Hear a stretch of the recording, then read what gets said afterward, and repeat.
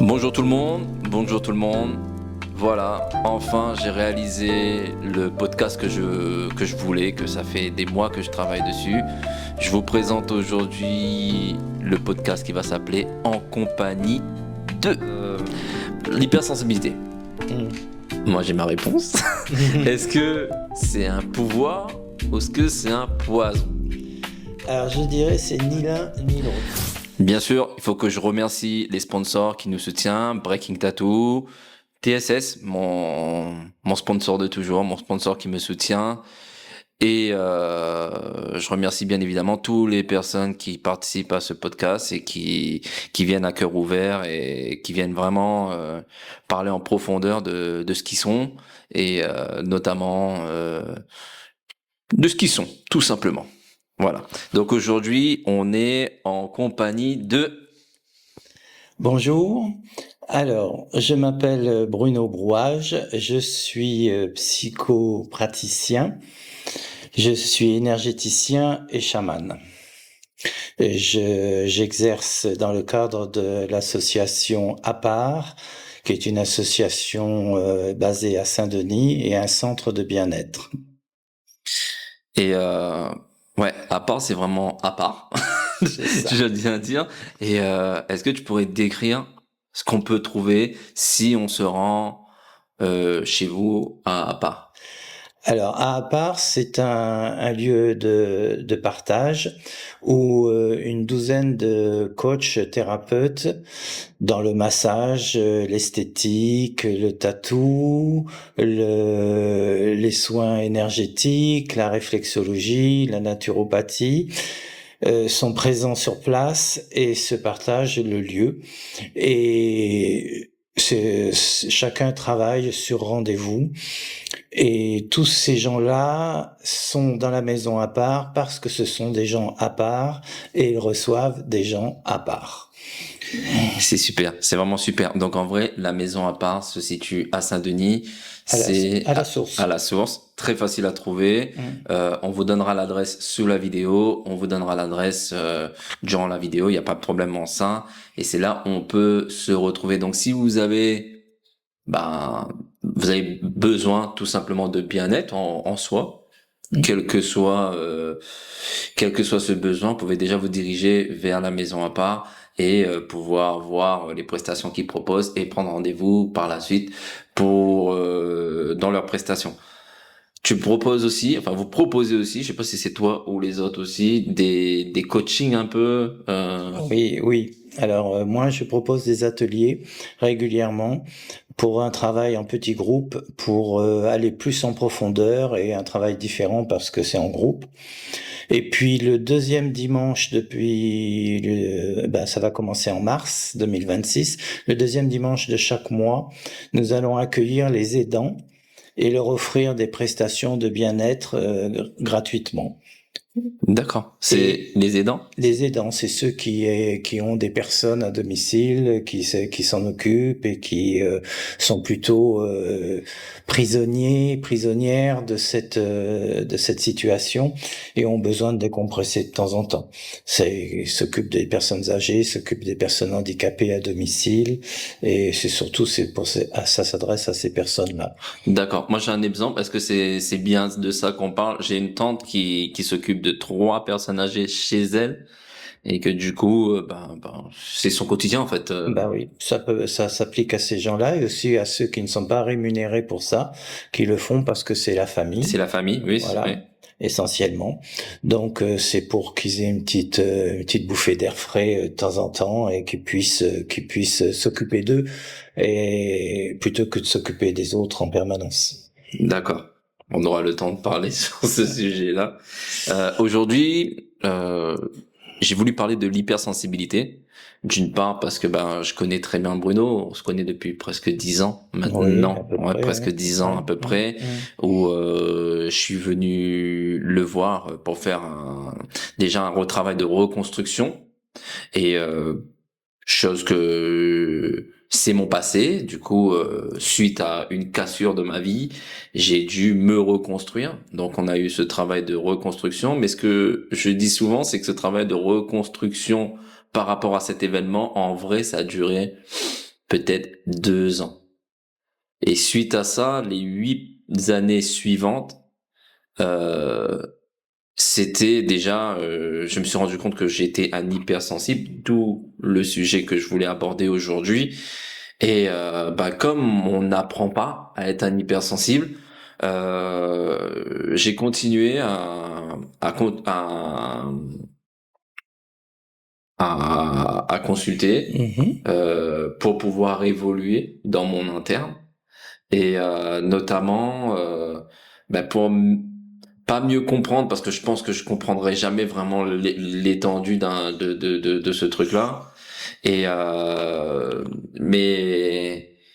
mais surtout, je suis allé c'était 2 ans de reconstruction et 8 ans, voire et plus, parce que ça va continuer de travail continu, parce que j'avais l'impression que j'évolue, mais quand tu évolues, tu changes. Donc, quand tu changes, il y a des choses que tu comprends pas. Et il faut comprendre ces choses-là et c'est constant, en fait. Donc, c'est ça que je voulais faire bien comprendre, c'est que quand tu vas voir un praticien, que ce soit un psychologue, que ce soit un psychiatre, etc., c'est pas forcément négatif. Alors souvent on y va parce qu'on se sent pas bien, mais en soi c'est pas quelque chose de désobligeant ou de négatif. Si je dois faire le comparatif, c'est comme un sportif. S'il veut être plus performant sur son état physique, il va avoir un médecin qui suit, un diététicien. Donc c'est la même chose. Notre cerveau, notre interne, c'est aussi un muscle important et c'est quelque chose qu'on doit travailler. Et pour ça, il faut pas avoir honte d'aller voir un psy ou un psychiatre. Donc, avant de passer sur le sujet, d'ailleurs, j'avais une question pour toi. Est-ce que tu as vu une évolution? Ça fait combien d'années que tu pratiques à La Réunion? Une trentaine d'années. En une trentaine d'années, est-ce que tu as vu un changement dans comment les gens viennent vers toi, en fait? Moi, en tant que hypersensible aussi, donc je ne reçois que des hypersensibles. Et j'ai pas vu vraiment de changement. Sinon, après le Covid, beaucoup de personnes se sont repliées sur elles-mêmes et ont cherché des solutions en interne, je dirais. Et il y a eu une fréquentation qui a diminué de mon cabinet. D'accord. Oui, depuis le Covid. Et puis maintenant avec l'IA, je suis un peu remplacé par ChatGPT. Ok. Bon, on n'ira pas en profondeur sur ce sujet. Voilà.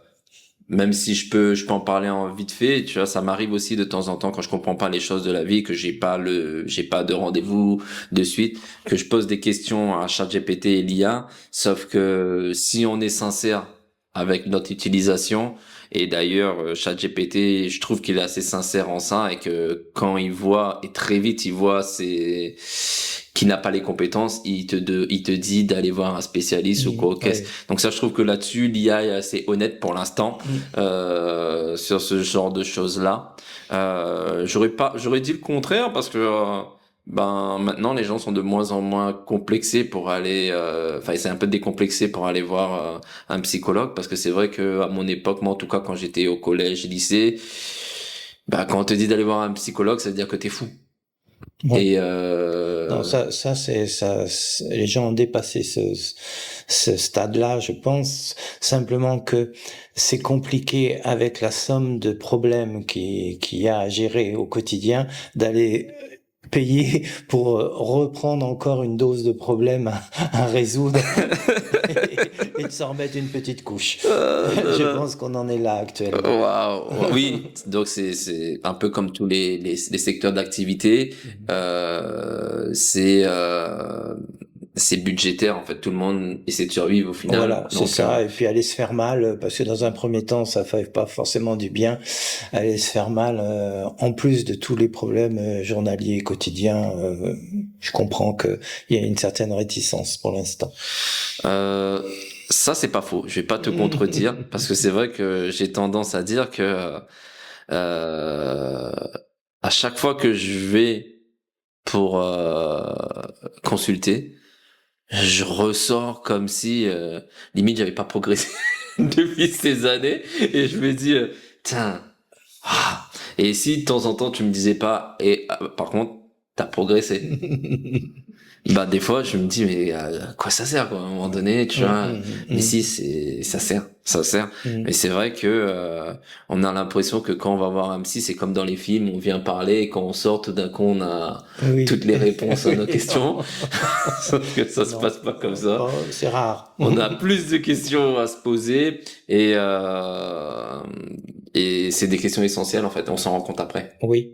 Mais c'est vrai que sur le moment, le mental, il a pas envie d'aller se faire mal et d'en reprendre une petite dose régulière.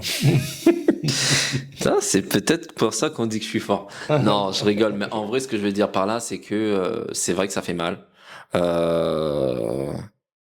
Parce que c'est sur soi, je sais pas comment expliquer, mais c'est quand on travaille sur soi, c'est quelque chose qui est pas agréable en soi, mais qui est nécessaire. Et au final, je me dis que est-ce que le vrai courage se situe pas là, en fait? Tout à fait. Tout à fait. Donc voilà, juste là-dessus, on va fermer sur ce sujet-là, mais mettez-vous dans la tête que le courage, c'est pas se dire ouais, je vais y arriver tout seul. Je vais mettre cette petite parenthèse. Alors c'est vrai que la vie est dure au niveau de la vie chère, etc. Mais quand vous voyez, mais c'est quand même important d'apprendre à travailler sur son interne et pour ça il serait mieux d'être suivi par un spécialiste, même si c'est pas toutes les semaines, au moins une fois par mois ou une fois tous les 2 mois ou une fois tous les 3 mois pour voir si ce qu'on a travaillé ça a avancé ou pas, parce que on est dans un phénomène où on a beaucoup d'informations et que des fois on va prendre plein d'informations mais c'est pas forcément les informations qui sont bonnes pour nous. Et ça veut pas dire que c'est pas bon, tu vois, en soi, mais est-ce que c'est bon pour nous à ce moment-là? C'est voilà, je dois prendre l'exemple. C'est il y a une époque, bon voilà, je vous raconte un peu ma vie. J'étais au lycée, j'avais arrêté la natation parce que ben au niveau de mon physique, je voyais pas comment j'aurais pu aller plus loin en fait. Donc j'avais bien compris que ce sport-là, je serais jamais champion d'Europe ou quoi que ce soit par rapport à mon physique du moment. Donc je cherchais une autre activité. Je faisais du basket avec les copains, le football et tout machin. Et je sais pas, j'ai pris un peu de sous que j'avais et je suis allé acheter un livre de taekwondo à la Fnac. À l'époque, c'était pas la Fnac. Et j'étais persuadé que en feuilletant les livres, j'allais apprendre à faire du taekwondo. Je lisais, je faisais les coups de poing comme ça. Et c'est totalement débile en soi. C'est totalement débile. Si je voulais vraiment apprendre le taekwondo, ben je vais comme tout le monde dans un dojo et je pratique avec un instructeur et quelqu'un qui, enfin j'aime pas dire instructeur parce que dans la psychologie c'est pas ça, mais quelqu'un qui est professionnel et un entraîneur et qui peut t'entraîner, qui peut t'aiguiller pour pouvoir évoluer. Donc pour moi la psychologie c'est la même chose. Tu vois, on a beau lire beaucoup de livres, mais ça suffit pas. C'est-à-dire qu'on peut pas moi je dis qu'on peut pas utiliser le mental pour modifier le mental. Il va toujours argumenter pour alimenter les croyances. Donc forcément ça marchera pas. Il faut quelqu'un de l'extérieur qui vienne te confronter à et dire stop. Voilà. Tu m'as dit beaucoup stop. On va passer sur le sujet que beaucoup de personnes attendent. Bah moi en tant qu'hypersensible, c'est vrai que j'ai attiré énormément d'hypersensibles dans le salon de tatou. D'ailleurs, je suis très fier de ça. C'est toujours un travail exceptionnel, travailler avec eux. Et des fois, c'est dur aussi. Donc, et des fois, bah, ça me renvoie aussi sur moi. Donc, première question. C'est quoi un hypersensible? Alors, un hypersensible, c'est un être qui ressemble à un autre être, mais qui est différent. C'est-à-dire qu'il y a une différence de construction, non pas extérieure, c'est un être humain, hein, mais l'intérieur, le programme est différent. Je dirais que je divise le monde en deux catégories. il y aurait 80% de canards et 20% de cygnes. Et les cygnes sont les hypersensibles. Les hypersensibles sont des personnalités différentes qui arrivent dans le monde sans savoir qu'ils sont différents. Ce qui fait qu'ils se confrontent à un monde de normes, les normes faites par les canards, et que quand ils sont confrontés à ces normes, ils comprennent pas pourquoi ils ne comprennent pas. Les normes ne sont pas faites pour eux, et du coup, ils se heurtent à un mur de normes. Les canards qui ont construit ces normes et à qui ça convient parfaitement, hein, puisque c'est fait par eux. Donc, le plus grand nombre faisant la norme, comprennent pas que les petits cygnes ne comprennent pas ces normes, et les petits cygnes ne comprennent pas pourquoi ils comprennent pas ces normes. Ce qui fait que ça va créer un phénomène de rejet chez le cygne, chez l'hypersensible, qui, sans savoir pourquoi, va se sentir abandonné du monde et rejeté par le monde. Du coup, ce syndrome d'abandon qui est déjà originel, hein, nous l'avons tous en nous. Oui, c'est ça. Ce syndrome d'abandon originel, abandon de l'unité originelle, de la mère à la séparation de l'accouchement, eh ben, il est renforcé par ce rejet du monde. Et il n'y a pas d'explication pour le petit cygne, pour l'hypersensible. Il ne sait pas pourquoi. Et du coup, ça va renforcer ce phénomène d'abandon et de rejet, ça va créer tout un tas de problématiques. C'est-à-dire que ça va créer une confiance en soi diminuée, une affirmation de soi diminuée, et ça va faire que ce petit cygne, tant qu'il sera pas cygne, va se prendre pour un vilain petit canard. Oui, moi à titre d'exemple, moi pendant longtemps, je disais que j'étais enfin, peut-être que je suis le seul à faire ça, mais le soir avant de dormir, j'aime bien me donner un temps où je m'imagine être une espèce de super-héros pour espèce de temps hors temps et que j'ai tous les pouvoirs que j'aimerais avoir. Mais pendant une grosse période avant de travailler sur moi, je matérialisais cet être comme je disais que j'étais un ange déchu. Donc comme si un ange qui est condamné aux enfers. Ça. Du coup, ce vilain petit canard, il est traité de petit canard, de vilain petit canard par les canards, et lui, il s'auto-persuade qu'il est un vilain petit canard, et donc il n'y arrivera à rien. Quoi qu'il fasse, ça marchera pas, il sera pas aimé, il sera rejeté. Donc, cette blessure-là de différence, puisque c'est une différence, hein, c'est exactement comme un autiste qui arrive dans le monde ou quelqu'un qui a un handicap. Si il ne sait pas quoi faire de cette différence, il va continuer et perdurer dans le rejet et l'abandon et passer sa vie à essayer de camoufler ça. C'est-à-dire qu'il va essayer de sauver le monde pour redorer son blason de vilain petit canard. Et ça va être un sauveur du monde. Ouais. Bah alors il en faut des sauveurs. Mais le problème de l'hypersensible, c'est que c'est un extrémiste.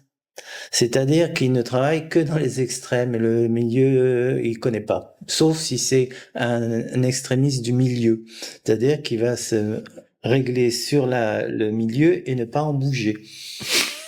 Bah en vrai, alors je renvoie ça, je renvoie ça à moi.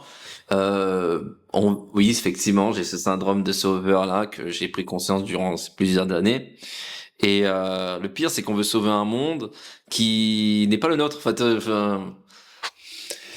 Donc au final, on se reprend une note gifle quand on a sauvé, soi-disant, on pense qu'on a sauvé. Au final, on nous met une gifle en mode, bah non, t'as pas demandé de faire ça, nous. C'est ça. C'est ça. Voilà. Le problème, c'est que c'est sauver le monde et sauver les autres sans leur demander s'ils ont envie d'être sauvés ou s'ils veulent être sauvés. Donc, du coup, ça marche jamais. C'est rare. Et que ça fait que renforcer que la croyance qui dit que quoi que je fasse, je serai toujours un vilain petit canard et on m'aimera pas et je serai rejeté.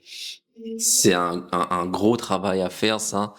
Euh, Moi, je suis sur ce travail-là de me dire, ben, quoi que je fasse, on va pas, on va pas m'aimer, on va pas avoir confiance en moi, quoi que je fasse, en fait. Et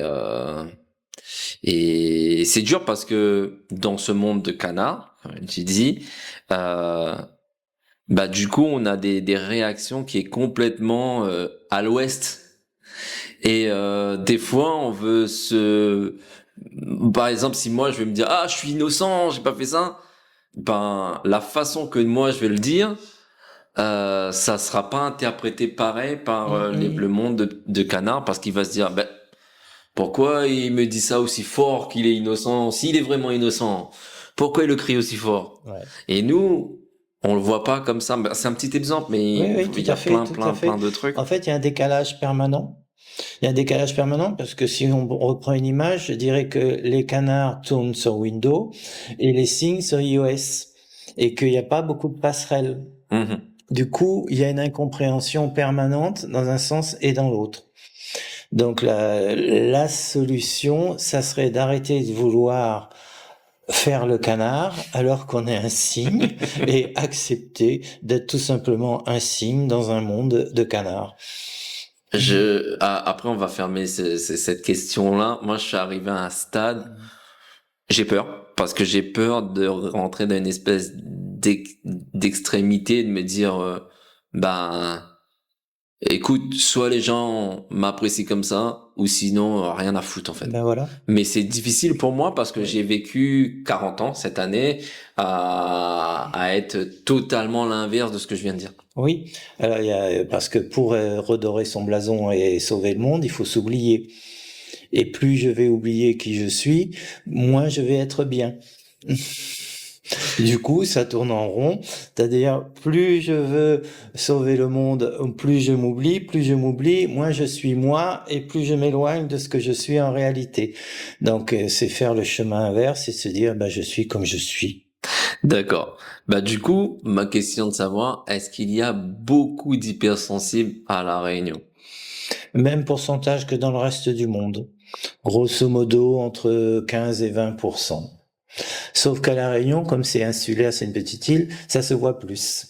Et aussi, il y a une histoire d'énergie aussi sous nos pieds qui nous aide pas. Enfin, si, ça nous aide, mais enfin bref, on en parlera plus tard. Ouais. Ça, on aura la question un peu plus tard. Euh, Alors ça, c'est une question personnelle pour toi, en fait. Quel est le cas d'hypersensible qui t'a marqué le plus dans ta carrière? Bien évidemment, sans nommer. Mhm. Est-ce que tu peux nous raconter un peu ce cas d'hypersensibilité, en fait? Alors, le plus dur, je pense, pour moi, à accompagner, ce sont les enfants, les jeunes enfants qui sont dans une colère, parce que forcément ça génère de la colère de pas comprendre pourquoi on est rejeté, on se sent rejeté et abandonné. Et du coup, ces jeunes enfants se heurtent à un environnement surtout scolaire où ils comprennent pas. Ils comprennent pas pourquoi on les comprend pas.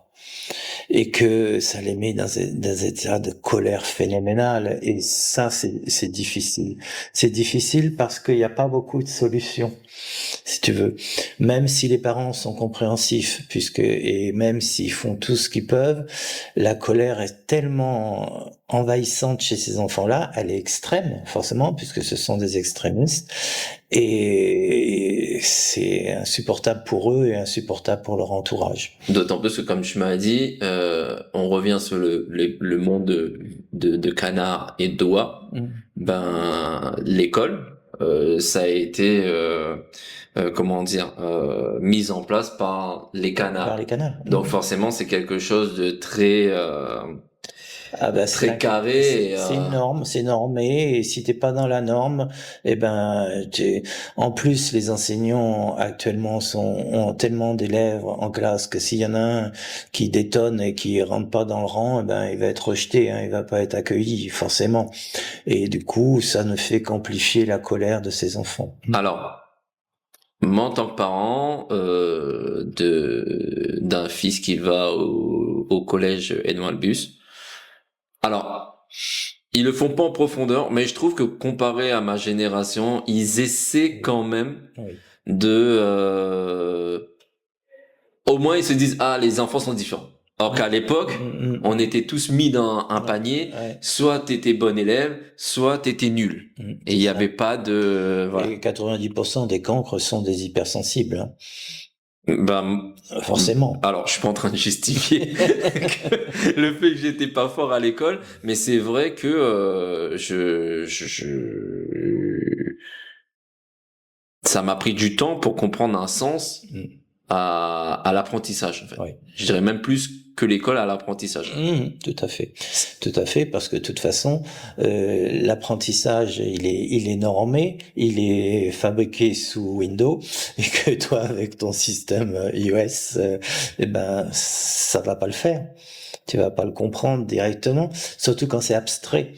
Les hypersensibles ont besoin de mettre du sens, du concret sur les choses. Or, l'enseignement en France, tel qu'il est prodigué, c'est très abstrait. Maintenant, moi, si je suis parent, dans ce que tu viens de dire, je vois un peu mon enfant. Mhm. Qu'est-ce que tu me conseillerais de faire? Et de lui apprendre à apprendre. Ce qui est pas simple, c'est-à-dire que chaque enfant hypersensible a un mode d'emploi qu'il doit fabriquer lui-même. C'est pas l'extérieur qui va le fabriquer puisque la norme ne sait pas le faire. Et ça va être de lui apprendre à trouver, à rédiger son propre mode d'emploi. Et ça, c'est très compliqué, mais c'est faisable. Ouais, c'est compliqué. C'est compliqué parce que ben c'est pas simple. Déjà, l'enfant ne connaît pas son mode d'emploi. Il faut qu'il le fabrique et pour le fabriquer, il va lui falloir du temps. Et ça, je pense que c'est mieux aussi d'être suivi en soi. Parce que moi, en tant que parent, même si moi je suis pas, bah, je suis bien placé parce que, Mm. en tout cas, un de mes enfants c'est un hyper. Moi-même en tant qu'hyper, faut pas croire que parce qu'on est des hyper, on comprend tout des hyper en fait. Non, et en plus, les cygnes ne s'accouplent pas avec les canards. Donc, les cygnes s'accouplent avec des cygnes et font des petits cygnes, font pas de petits canards. Donc, forcément, les enfants de cygnes, d'hypersensibles, sont hypersensibles. Et si les parents hypersensibles ont trouvé le moyen d'accepter de faire quelque chose de leur hypersensibilité, ils vont pouvoir aider leur enfant. Mais s'ils se sont verrouillés dans un système où je refuse mon hypersensibilité parce que c'est un problème Mhm. et parce que ça ne correspond pas et je suis rejeté, machin truc chose, ils vont imposer ça à leurs enfants. C'est là où le thérapeute peut intervenir et dire bon, c'est pas parce que vous avez fait comme ci que vous devez l'imposer à vos enfants et faire subir à vos enfants ce que vous avez subi et vous êtes fait subir. À titre d'exemple pour les gens qui vont regarder ce podcast, je me rappelle, bah, c'était pas avec toi parce que c'était un pédopsie à l'époque. Je tiens à emmener mes enfants de temps en temps faire un bilan. Voilà. Et à l'époque, je venais de revenir avec mon premier fils à la Réunion, tout allait pas bien, moi qui consultais. Et je me rappelle quand tu m'avais posé la première question, quand je suis venu, de savoir qu'est-ce que j'attendais de ces trucs-là, et je t'avais dit, écoute, je sais pas, par rapport à ce que j'ai fait, tout ça, je sais pas, mais j'aimerais retrouver ma lumière. Et déjà, j'étais déjà dans ce travail-là. Et j'étais persuadé que mon fils était en train de subir des trucs par rapport à mon mental, en fait. Je me disais, ouais, d'être un mauvais père, etc., de pas faire les bons choix. Et ce pédopsie m'a recalé en me disant, euh, bon, en gros, il m'a pas dit c'est moi le problème, il m'a dit, tout ce que tu penses, ça vient de ta tête. Lui, il va bien. C'est ça. Lui, il va bien. Donc voilà. Et ouais, je pense qu'en tant que parent, c'est important aussi de se faire suivre. Après, peut-être que tu peux me contredire ou pas. Si vous pensez que vos enfants sont des hypersensibles ou quoi, ok, laissez-les. aller dans des domaines un peu artistiques où ils peuvent vraiment s'exprimer, le dessin, la peinture, la danse, la musique, vraiment quelque chose où ils peuvent s'exprimer ou la construction de Lego ou de mécano ou des choses comme ça. Il faut vraiment que ils aient quelque chose à toucher, à construire de leurs propres mains. C'est vraiment important. Moi, ce que je fais, c'est que je sais très bien dessiner et souvent on me dit oui, mais tu apprends pas à tes enfants à dessiner. Bah non, je les laisse faire en fait, parce que moi déjà d'une part j'ai pas appris et je me rends compte maintenant que de toute manière, même si on m'aurait appris, j'aurais pas eu ce niveau-là. Oui. Donc c'est très compliqué pour un hyper d'avoir un professeur qui lui montre de A à Z. En fait, donc il faut trouver un professeur qui est capable de le laisser s'exprimer. Tout à fait. Tout à fait, ben voilà, t'as tout résumé. D'où l'art, parce que tu sais, dans la danse, à un moment, même moi je donnais des cours de danse, ou peu importe la danse, on nous montre une choré, et à un moment donné, on te dit, voilà, tu fais la choré, après, t'as 3 fois 8 ans, fais ce que tu veux, et c'est ce moment-là où même quand on fait la choré, on se lâche, et on fait pas vraiment le mouvement comme le professeur nous a dit de faire, et on s'approprie le truc, et on se lâche totalement. Donc ça, c'est pour ça que je conseille aux parents, si vous voyez que vos enfants a ce côté d'hypersensibilité, mettez-le dans quelque chose où il peut vraiment s'exprimer. Donc voilà. Oui, on parlera pas des parents qui croient que leurs enfants sont hypersensibles et qui veulent que les enseignants en tiennent compte alors que c'est pas vrai du tout. Mais... Oui, ça c'est un autre sujet. Ça c'est un truc. Si je fais une mini parenthèse, c'est quelque chose où ça me tue en fait parce que en ce moment j'ai une vague de personnes. Ouais, je suis hypersensible parce que j'ai eu de la peine, parce que mon copain m'a quitté, parce que attends. Et moi, quand j'écoute ça, quand on est hypersensible, alors je sais pas si vous êtes hypersensible, donc si c'est le cas pour vous, mettez-nous en commentaire ou réagissez à ça. Mais moi, des fois, quand j'entends ce genre de discours, je me dis, mais les gars, hypersensible, c'est pas cool. C'est pas... on dirait, on nous vend ça comme si, je suis hypersensible, c'est pour ça que je fais ça. Un peu comme, tu sais, les gens qui disent... ah oui, je suis chiant, j'aime tout casser, je suis une chieuse parce que je suis scorpion. Non, t'es juste chieuse en fait. C'est pas ça. Donc on est un peu dans ce truc où, ouais, mon enfant c'est un hyper, mon enfant, peut-être que ton enfant a juste besoin de s'exprimer d'une certaine manière et puis voilà. Tu vois. C'est sûr que si tu lui donnes dès le plus jeune âge des cours de musique, des cours de dessin, des cours de danse et des machins, il sera en avance. Mais il sera pas forcément hyper. Voilà. Bon, on va faire une pause et on reprendra la vidéo juste après pour la suite de l'interview. C'est bon ? Ok. Allez, on reprend pour la partie 2. La pause a été faite. On va parler tout de suite du moyen. Est-ce qu'il y a un moyen, sans passer par la science, de savoir si on est hypersensible ? Ah, c'est une bonne question. Est-ce qu'il y a un moyen, c'est d'intégrer notre différence, c'est-à-dire que quand je suis dans la situation où je me sens pas compris, que je comprends pas les autres et que c'est récurrent, je peux commencer à me poser la question de savoir si je suis hypersensible ou pas. Il y a aussi le fait, surtout quand je suis enfant, de ressentir des choses, de voir des choses extrasensorielles, de voir des fantômes dans la chambre, d'avoir des présences, d'avoir des intuitions, de faire des rêves un peu bizarres. Tout ça, ça participe aussi à son statut entre guillemets d'hypersensible. Donc un hypersensible a des radars d'énergie, beaucoup d'énergie qui circule dans ce monde. Voilà, c'est-à-dire que l'hypersensible a une hypersensorialité, c'est-à-dire qu'il perçoit au-delà de ce que l'individu normal perçoit. Le normal au sens de la norme. Oui, bien sûr. Canards, hein. Alors, quand on dit je tiens à remettre, pas recadrer, mais redire bien les choses. Alors, quand on dit de canard ou de oie, on ne dit pas qu'il y a un meilleur que l'autre. Non. C'est juste une différence. voilà, juste pour marquer la différence en soi. Voilà. Mais il y en a pas un mieux que l'autre ou. Non, c'est pas une question de meilleur ou de moins bon, c'est pas quantitatif, c'est une différence, c'est juste. C'est juste ça et c'est juste ça. Mais du coup, ma question qui vient juste après, tombe bien comme il faut. L'hypersensibilité. Moi, j'ai ma réponse. Est-ce que c'est un pouvoir ou est-ce que c'est un poison? Alors, je dirais c'est ni l'un ni l'autre. C'est plutôt une puissance.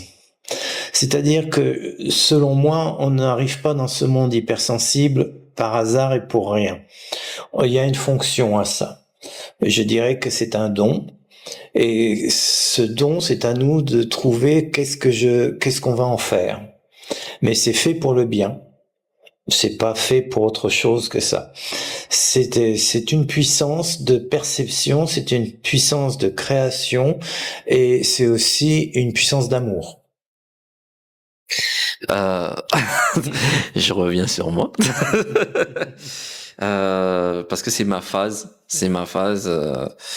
Quand on dit puissance d'amour, je me rends compte que même la perception de l'amour, j'ai pas la même perception que peuvent avoir d'autres personnes.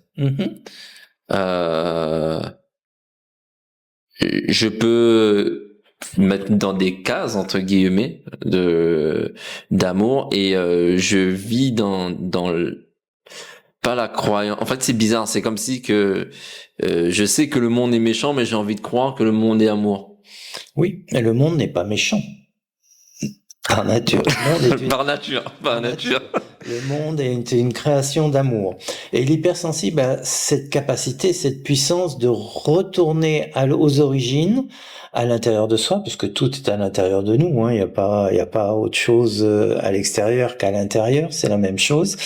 Et il y a cette capacité à revenir à l'intérieur, à trouver sa conscience originelle et à revenir à cette puissance d'amour.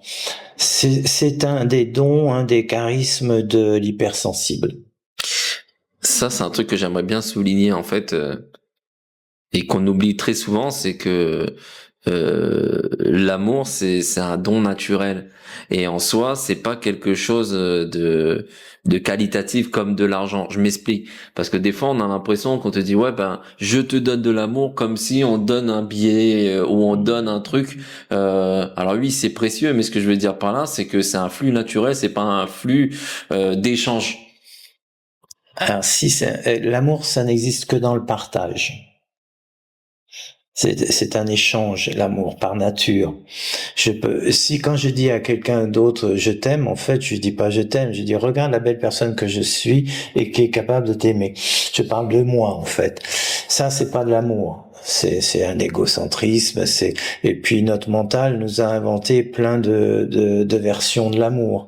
Notre côté sauveur nous a inventé l'amour du sauvetage, l'amour de la personne victime qu'il faut absolument sauver. La société aussi. Et la société qu'il faut sauver.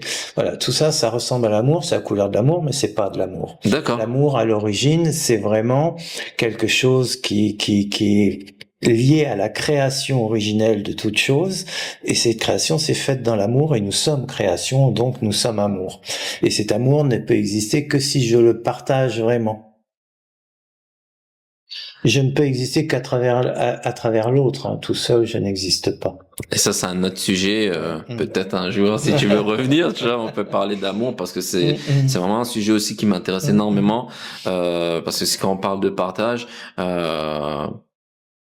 on va parler forcément du mot exclusivité. Donc c'est pour ça que je veux pas aller dans le sujet parce que c'est un autre truc où c'est un autre sujet. C'est un autre sujet. Mais en soi, ce que je veux dire entre parenthèses pour fermer la parenthèse, c'est que on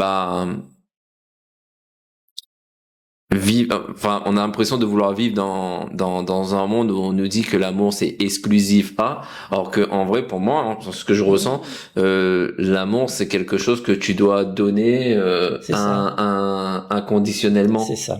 Tu vois? Sauf que ça, c'est un amour originel et qui est pas facile dans ce monde où on s'est construit avec tout un tas de croyances et que nos croyances l'emportent sur l'origine.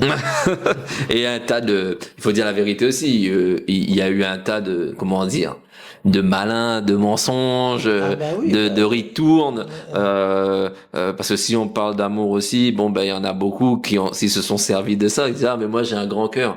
Non non, t'es juste quelqu'un qui veut voir partout.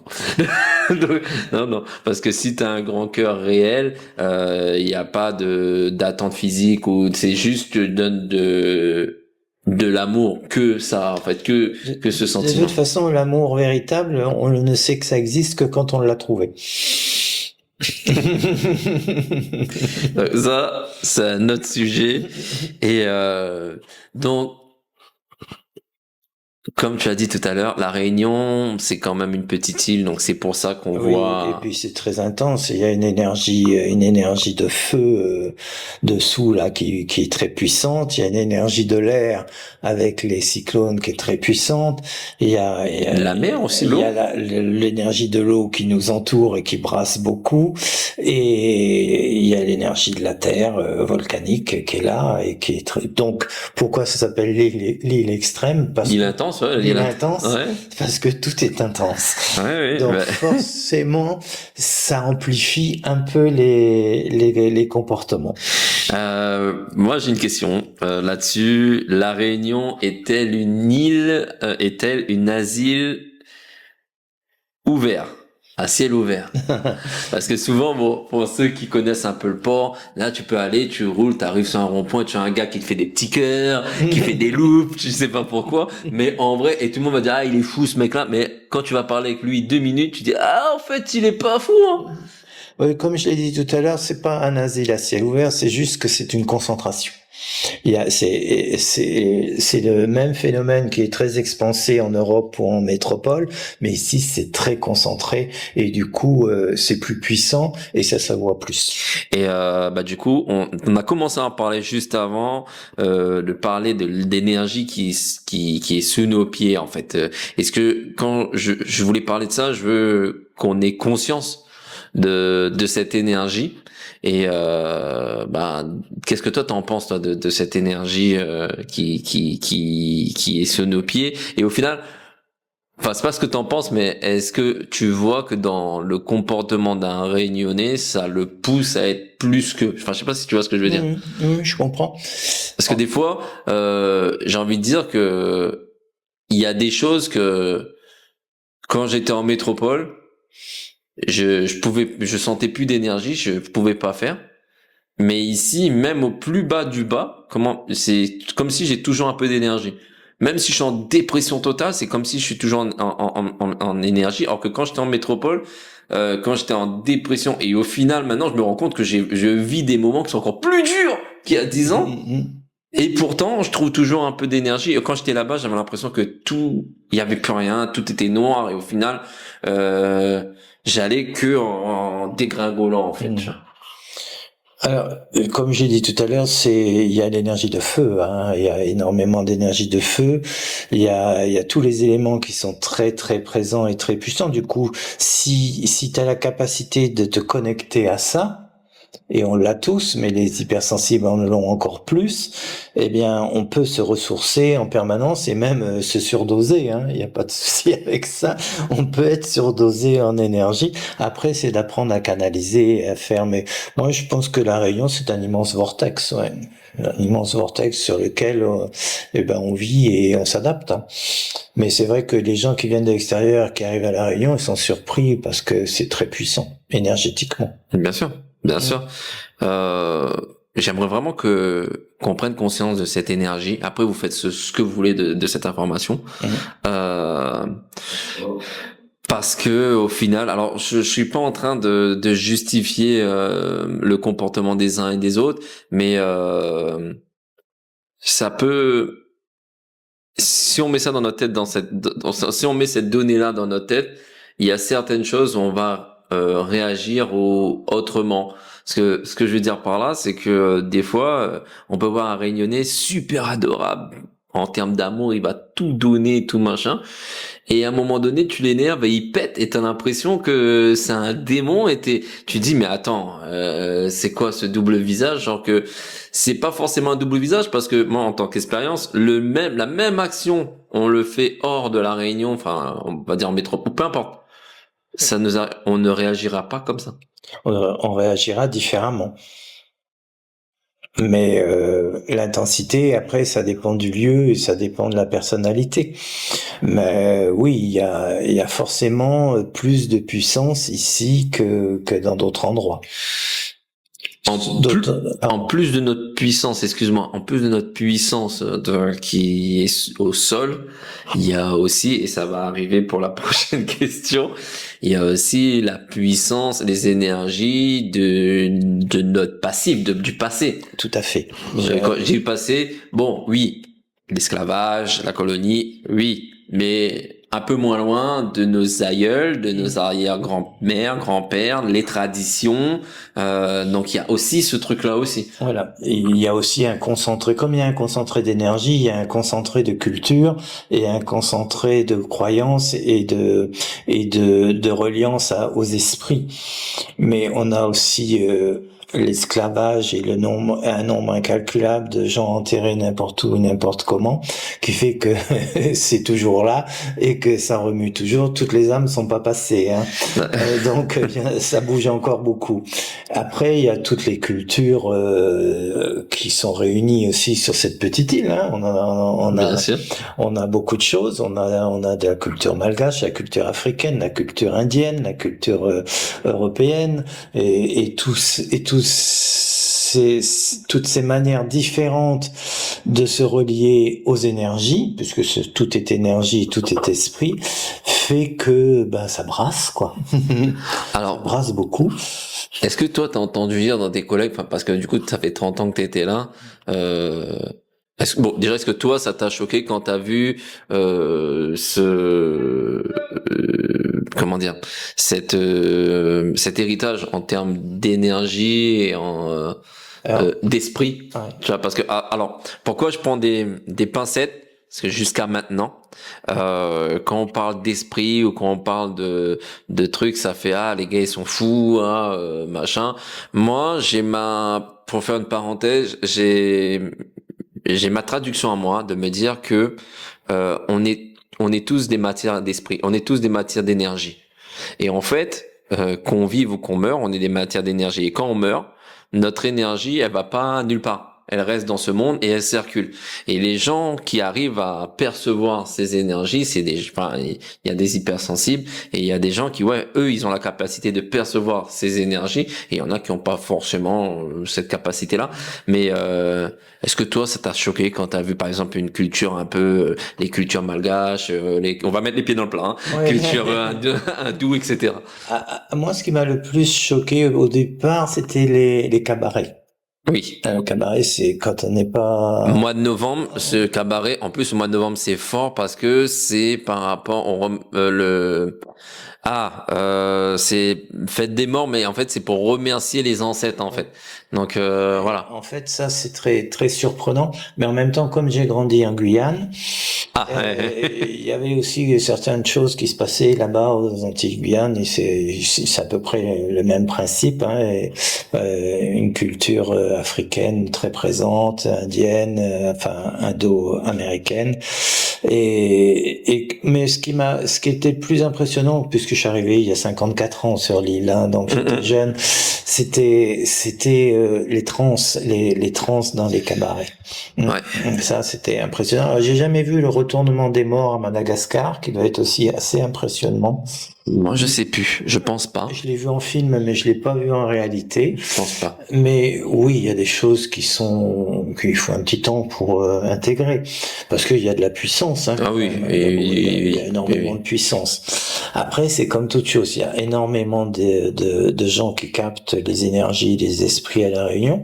Il y en a qui sont dans l'amour, il y en a qui sont sur le versant opposé, qui en font un profit et plutôt de faire des bénédictions, font un peu de malédiction. Si je dois faire une parenthèse là-dessus, c'est pas une leçon que je suis en train de dire, c'est que en fait pour moi de ce que j'ai compris de mes origines, le créateur, peu importe le nom, Oui. Dieu, Allah, Donna, peu importe comment on va l'appeler, te donne comme comment dire, comme un ADN d'énergie. Il te donne ce type d'énergie là qui vient de tes ancêtres ou quoi, ok, en fait. Et quand vous allez demander de l'aide à des personnes comme ça, bon, qui sont malveillantes ou bienveillantes, mais souvent, eux, ils vont essayer de t'aider avec leur énergie ou une énergie qui te correspond pas. Mhm. Donc, alors, je suis pas là en train de dire ne faites pas ça. C'est juste faites attention parce que des fois, les gens vont vouloir vous aider avec des trucs qui ne vous appartiennent pas. Tu vois, on a tous voulu aller voir un marabout, etc. Mais est-ce que l'énergie de ce marabout pour te faire évoluer te correspond? C'est peut-être ces questions-là. Oui, en fait, il n'y a pas de bonne ou mauvaise énergie. Il y a les énergies qui nous correspondent et les énergies qui nous correspondent pas. C'est tout. Mais l'énergie, c'est comme la pluie, hein. Ça arrose toutes les plantes, la pluie. Donc, l'énergie, ça arrose tout le monde. Après, il y a ceux qui transmutent en choses plutôt sympathiques et d'autres qui s'en servent pour des choses moins sympathiques. Et puis, qui aussi, comme tu le dis, utilisent des énergies qui nous conviennent pas et puis ça fait pas de bien. Bien sûr, bien sûr, bien sûr. Donc, bon, le fait que t'as grandi en Guyane et tout, ça t'as pas choqué. Mais est-ce que t'as entendu des collègues à toi qui, eux, ces trucs. Voilà. Ma question pour continuer à mettre le pied dans le plat, c'est que je sais que toi, jamais de la vie, tu diras ça, et c'est parce que ça fait partie aussi de tes croyances profondes en tant que chaman, parce que chaman, c'est quand même des personnes qui croient foncièrement à la terre et à toute l'énergie qui est sur cette terre, en fait. Mais est-ce que t'as des gens, enfin, nous, ce qu'on a peur, par exemple, c'est de dire, si on va voir le psy, on se dit, oui, on a vu notre ancêtre, il va nous dire, ouais, bon, on est fou. Oui, alors après, c'est sûr que si tu vas voir des psychiatres qui ne sont pas hypersensibles et qui sont des vrais normés, ils vont eux te cataloguer dans leur système et tu vas être pas fou, mais avec une pathologie. Puisque maintenant on n'utilise plus trop le mot fou. Pardon. Ils vont te cataloguer dans une typologie de pathologie qui fait que tu vas avoir des médicaments, des machins, que on va te faire sentir que t'es pas dans la norme. Mais oui, forcément. Mais après, c'est à chacun de faire la part des choses. Moi, je sais que par nature, tout est entendable. Oui, après, c'est vrai que je peux comprendre aussi les gens qui ont peur de ça, qui n'ont pas envie de voir aussi. Il y a beaucoup d'hypersensibles qui ont peur de leur sensibilité, parce que quand ils étaient gamins, ils ont vu des choses, ils ont ressenti des choses, et que ça les a tellement envahis qu'ils ont dit non, plus jamais, et qui refusent tout ça, et qui par peur ne veulent pas y retourner. Mais en principe, vers 50 ans, ça commence à secouer tellement fort qu'ils sont obligés de prendre conscience qu'ils sont différents et qu'il faudrait peut-être qu'ils redeviennent ce qu'ils étaient à l'origine. D'ailleurs, par rapport à ça, il y a la religion musulmane qui, eux, ils te disent de bien séparer le monde des vivants et le monde de l'invisible. De bien séparer ça. Et ça, c'est un truc... moi, je prends ça comme plus une défense qu'autre chose, parce que en soi... nous, on peut pas trop nous demander ça. Nous, quand je dis nous, c'est les gens de l'océan Indien, Madagascar, Comores, Mayotte, Afrique de l'Ouest, Afrique de l'Est. On peut pas trop nous demander ça parce que notre culture, elle est ancrée là-dedans. Oui. Inde aussi, l'Inde, important. Oui. L'Inde, c'est ancré là-dedans. Après, si on croit que parce qu'on a un système 3D, 3 dimensions plus temps, et tout ce qui n'est pas visible par ce système n'existe pas, ça devient un peu compliqué quand même, hein, parce que on est très limité, nous les humains, avec notre longueur, largeur, profondeur et temps. Mais toi, tu devrais conseiller comment à un réunionnais au final qui se dit mamie malgache, papy hindou, ils m'ont mis religion chrétienne, mais au final, l'islam m'attire. Qu'est-ce que je fais? Qu'est-ce que je mange pas? Toi, quel conseil? Je pense qu'il faut suivre son instinct et sa nature et s'écouter. Et puis aujourd'hui, ça sera comme ça, puis peut-être demain, ça sera autrement, et avoir le droit d'évoluer, de modifier, de changer, de revenir en arrière, de repartir en avant. Enfin, c'est de s'écouter. C'est un conseil que ma mamie m'avait dit à l'époque. Elle m'avait dit, écoute, elle m'avait pas dit que j'avais des origines, telle origine. Elle m'a dit, écoute, on parlait de viande. Elle m'a dit, hein, tant qu'on peut manger, mange. Quand on voudra plus manger, C'est ben tu exactement manges ça. pas. Et c'est ce qui s'est passé pour moi, personnellement pour le porc. Et j'ai arrêté le porc, je crois que j'avais 24, un truc comme ça, mais du jour au lendemain. Et pourtant, je peux vous dire, il y a des choses dans le porc, c'est très bon, c'est très très bon. Donc voilà, et qui sont irremplaçables, même si je suis un grand spécialiste du poulet, etc. Mais c'est vrai qu'elle m'avait dit, si un jour il y a des choses qui te gênent, mets de côté. Et écoute ton corps. Voilà. Écoute-toi, fais-toi confiance. C'est ça le plus dur pour un hypersensible, c'est de se faire confiance. Donc, on arrive à la fin de cette interview. C'était une interview super intéressant. Du coup, je voulais rappeler où est-ce qu'on peut te retrouver. Oui, alors en préalable, je dirais que tout ce que je dis n'engage que moi aujourd'hui. Peut-être que demain, je dirai différent, mais surtout ne pas prendre ça pour une vérité absolue. Oui, bien sûr. Il faut juste l'entendre comme mon point de vue aujourd'hui à cet instant. Et puis, on peut me retrouver à la maison à part, à la Source, à Saint-Denis. Voilà. Et puis, s'il y a besoin de mon numéro de téléphone, il est sur Internet et il est sur Facebook. Quand vous me passez un coup de fil, Breaking Tattoo, voilà, je vous filerai le numéro, il n'y a pas de souci. Dernière chose, est-ce que tu aurais un livre à conseiller pour les gens les hypersensibles qui se savent hypersensibles et qui va regarder cette vidéo. Oui, alors moi je pense qu'il y a un livre que j'avais beaucoup aimé à l'époque et qui a été un peu repris, dévoyé, machin, qui s'appelle Je pense trop de Christelle Petit-Colin. Je pense trop. Ouais, je pense trop, c'est à peu près tout est dit et on peut s'y retrouver. Après, sur le chapitre des solutions, je ne suis pas d'accord, mais c'est le dernier chapitre du bouquin et on n'est pas obligé d'adhérer. De toute façon, en soi, alors cette interview, elle n'est pas là pour dire, ou même les autres interviews, ouais, ça doit être comme ça. On est là, on a un espace de discussion et c'est bien de l'entendre pour avoir son propre avis et le prendre ça dans son codage en fin de compte. Mais c'est pas pour dire ouais ça va se passer comme ça. Tout à fait. Voilà. Par rapport à ça, j'étais en train de penser à un truc par rapport à ça. Oui, c'était comme on parlait. J'ai beaucoup lu les accords Toltec et voilà. Et c'est vrai que les accords Toltec m'ont aidé sur certaines choses. Mais il y a des choses où c'est pas que je suis pas d'accord, attention, hein, c'est que au final je suis qu'un homme. Au final, c'est ça. Il faut jamais oublier que nous sommes des humains. Quand on parle dans les accords Toltec, on te parle de paroles parfaites. Mais à un moment donné, si on dit pas merde ou on dit pas machin, ça va exploser d'une manière ou d'une autre. Et voilà. Ce sont des absolus, hein. C'est un idéal et comme tous les idéaux, c'est inatteignable, vraiment. Par contre, c'est une phrase que j'utilise beaucoup. Après, je sais qu'il y a des gens, ça les énerve parce que c'est une réalité. Finalement, c'est une réalité fondamentale. C'est que maintenant, depuis 1 an ou 2, j'utilise souvent cette phrase de dire écoute, j'ai fait au mieux.